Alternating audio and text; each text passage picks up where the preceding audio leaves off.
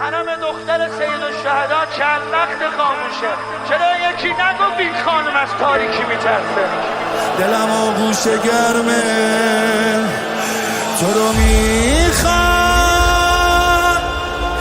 خراب سرد و دارم میلرزم،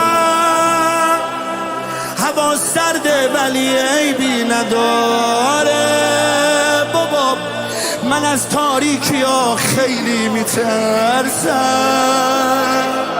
ناله شب سومی میزنی، شاید محرم نبودی ما. از اونی که سر تو رو نیزه بس بدم میاد، از اون که دندون تو رو با سنگ شکست بدم میاد. سرتو تکون میدی ریختی به هم دیگه، درسته؟ آی خانم آی خانم، یه شب جا موندم و اومد سراغم، همون مردی که با من خیلی بد بود، الهی که دلش آتیش بگیره، که دل سوزوندن و خیلی بلد بود، من بمیرم برات. همش میگفت عمود کجا،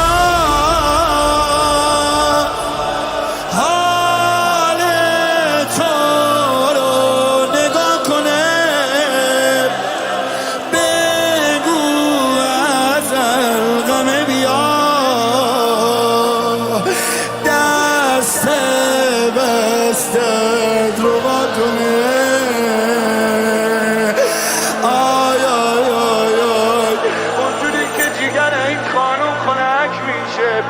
اونجوری صدای حسین تو میخوام، دستت بیاد بالای سرت، نصر فرج امام زمان. حسین بیرونیا، خواهرها، برادرها، جا نمونید از این قافله. حسین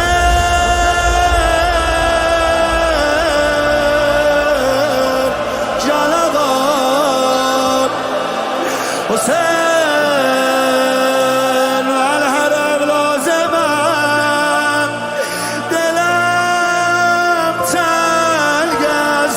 آقای من به خاطر رقیه خانم. حسین